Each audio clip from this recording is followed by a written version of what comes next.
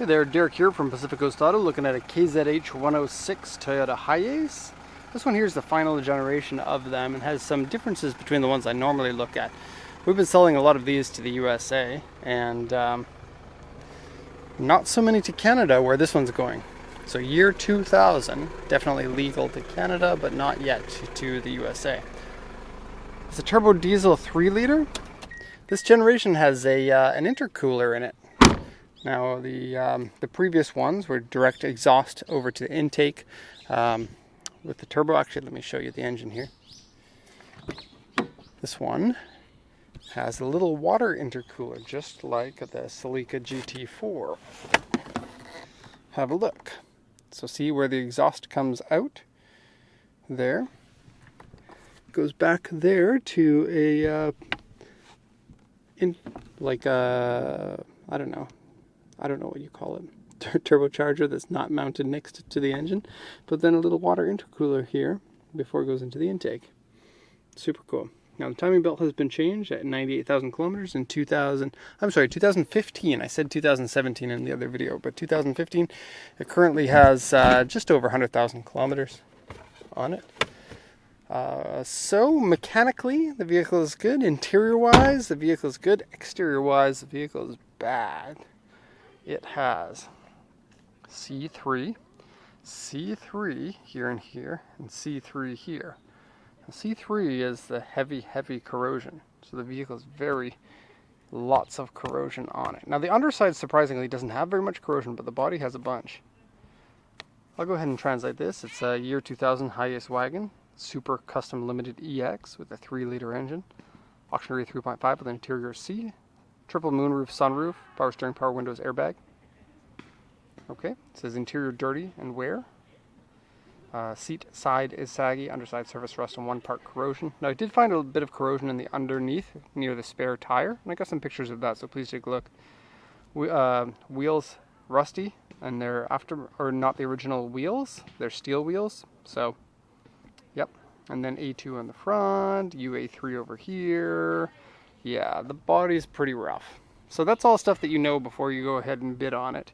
And I think most people aren't going to be looking for a rusty one, but for that purpose, the rusty ones tend to sell for less. And so, depending on what you're looking for, you might want to bid on something like this and see if you can save some money. So I'll show the rust in after I've done the once around here. You'll probably be able to see a bunch of it. It's quite interesting for me to see this one because we buy a lot of the earlier model ones to go to the USA, and I don't know all the differences in these later ones because this, it's like once a year or so we'll buy one of these. So the front fascia is different, and some various things in the interior is different, but it is a 4-wheel drive automatic transmission. You can see the 1, 2, 3 sunroofs.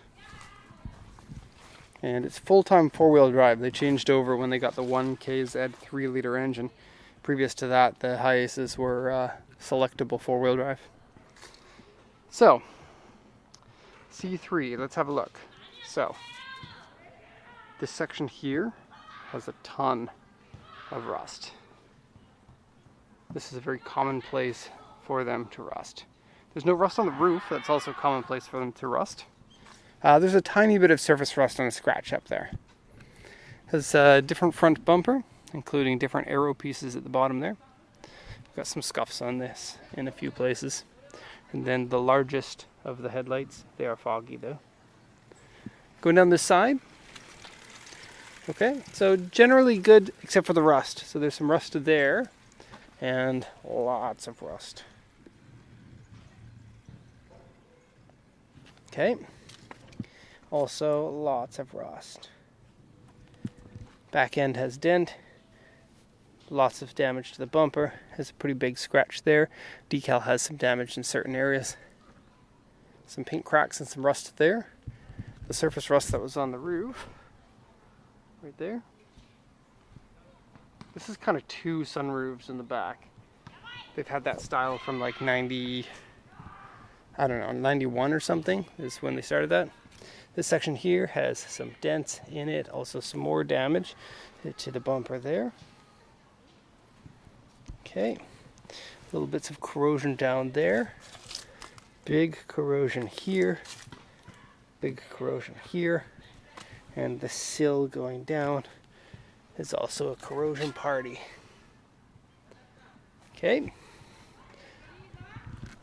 Go to the interior here. So the interior smells a little bit of cigarettes. Just a little bit, not a lot. Has a cigarette burn right here. Pull that key out. It's a brown interior. This is the interior of the 2000s generations. 2005 was the crossover to the next generation. Has a substance on there. You might be able to solvent that. Clean it up. Here's the saggy section. The rest of the seat is fine. No cigarette burns in that. Steering wheel has only a little bit of wear to it. Gauges now have an electronic odometer.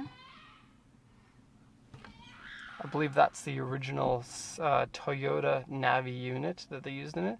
They started using a modular one, I guess for cost savings.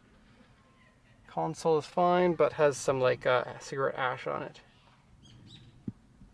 Okay, folding mirrors, regular box there. Sunroof, and a headliner is discolored from cigarette smoke. I believe that's a slightly downsized tire.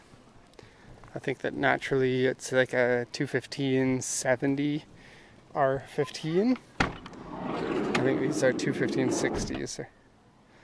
Have a quick look. 215/65 R15.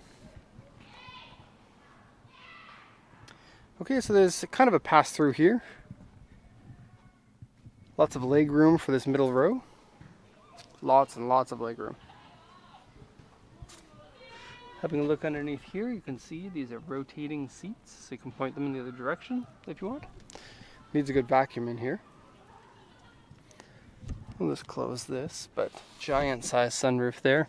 You want to get into the back, pull this up, and this one seat goes forward, allowing you easy access to the back.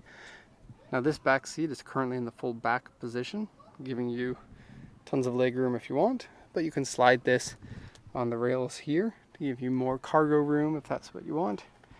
These Hiaces are made very well, I guess, except for the body rusting, but that's Toyota for you.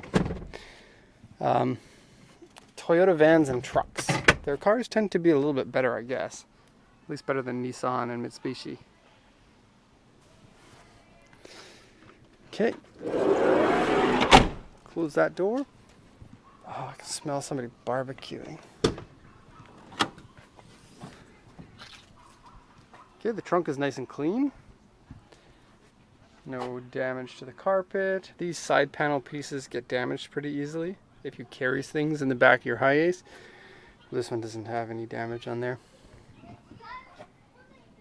Okay. Missing a headrest there, it looks like.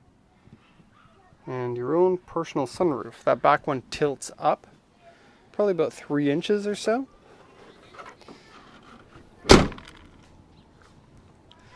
Okay, not much else to say here.